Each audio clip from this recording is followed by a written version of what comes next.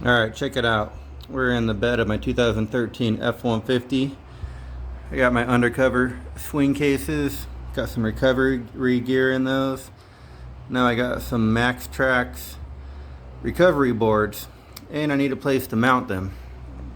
So I was thinking, why don't I get some kind of bracket and bolt them up against the bulkhead here.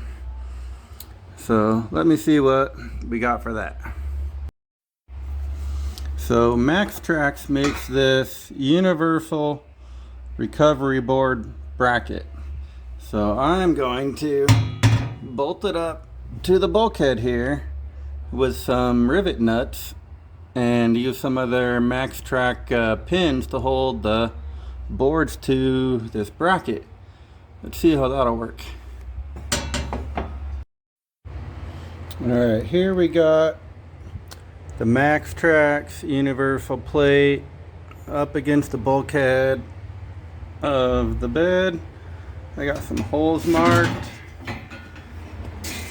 I'm probably going to do 6 holes, 6 rivet nuts, and then bolt this in, and we'll see if that feels like it'll be enough support. So here I got my rivet nut tool. I just got that off of Amazon. I got some 1/4-20 riv nuts and some 1/4-20 bolts, about an inch long. Don't want to go too far because you'll hit the cab after going through the bed. We got set up with a 3/8 inch drill bit to make the hole that these riv nuts will fit in, and gonna make 6 holes and see how the riv nut tool secures them against the thin metal on the bed. Alright, let's see if I can show you guys how we put a rivet nut in. First we put the rivet nut on the end of the tool. I already have the tool set up according to the manufacturer's instructions. It's good to read how to use it if you've never used one before. So we already got our 3/8 hole drilled. Now we're going to take the rivet nut, put it in the hole, squeeze on both arms. It's going to compress the back of the rivet nut and release. I'm going to tighten it up one more time so we can grab a little bit more of the nut and squeeze it tighter. And that's about as tight as we need to go on this thin metal. Unscrew the rivet nut tool from the rivet nut. And there we go. We got a nut in the bed that we can use to bolt the plate to. We're going to do that 5 more times.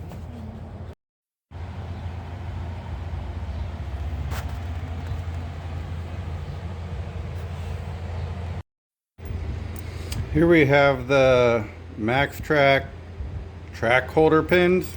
I think there's another word for them, but they come with different lengths on the bolt side. To use with this plate, we only want to use the 17mm length for the bolt head because we don't want it to be too long and sticking down the bottom. The other version they sell is 40mm, which is good for bolting on racks and tube clamps. So on this one, we take the pin, we line up the little shank of the pin pointing outwards. That's what clips onto the Maxtrax traction board. And we use a wrench to hold the pin in place while we tighten the nut up. So I'm going to put all 4 of these pins on before I bolt the plate to the bed. Now that I got all 4 mounting pins on the universal mounting bracket, you want to test fit the plate to make sure you have the spacing on the mounting pins, because where these bolt onto the mounting plate, they are slotted, so you can move the pins up, down, or left, right depending on the position. So you want to make sure you get the location correct so that the pins fit through and you can rotate them into the locked position, or you unlock them and that's how they come off. because these holes have a little slot for this tab to come up. Then you twist it and it locks them in place. Now I just have 2 Maxtrax boards, but these pins can be used with 4 Maxtrax boards because this top pin is 2 pieces. This part would stay straight if you had 4, and that part would spin to lock 4 boards in place.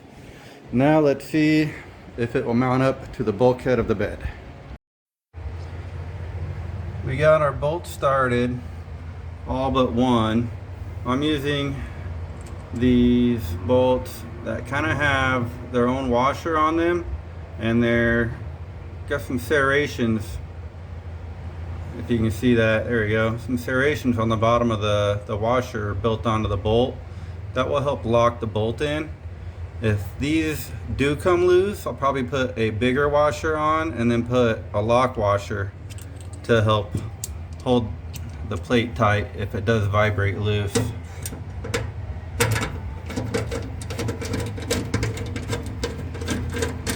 So I'm gonna go ahead and make sure this is adjusted where I want it and tighten up the bolts and see how it works.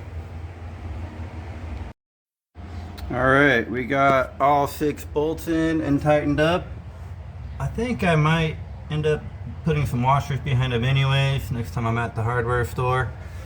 The quarter 20 bolts are just a little on the small side, but they seem to be grabbing enough to do the job, but I'll probably feel better with some washers behind them. But this thing is solid. I mean, that is enough bolts to hold this thing in place. I'll feel comfortable even with 4 Maxtrax on there. Now I need to put a couple on there and see how it looks. Alright, we got it all mounted up.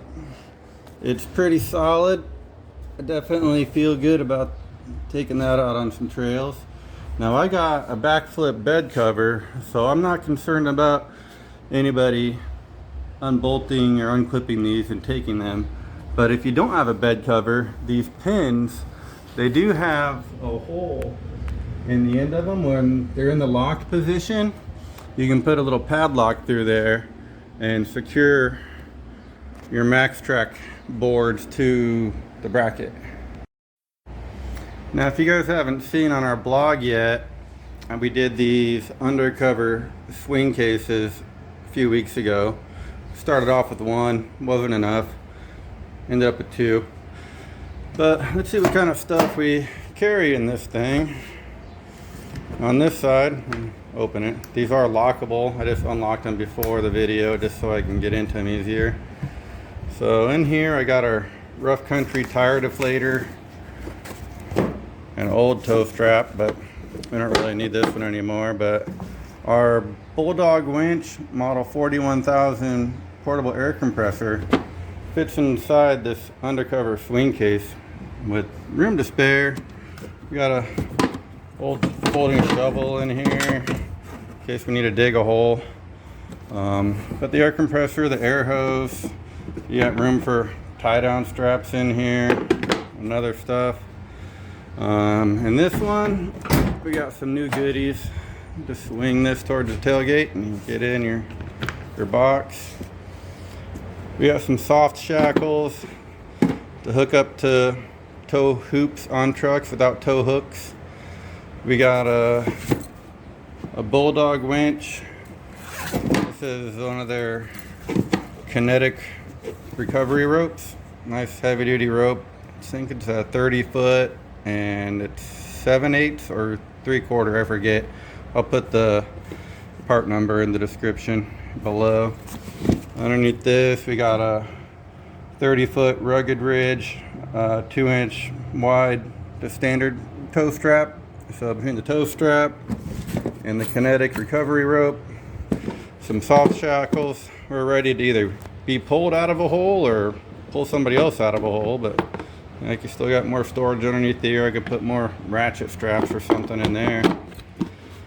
But that's how we carry our recovery gear in our F150. This is 2013, but pretty much same stuff works all the way up to 2023.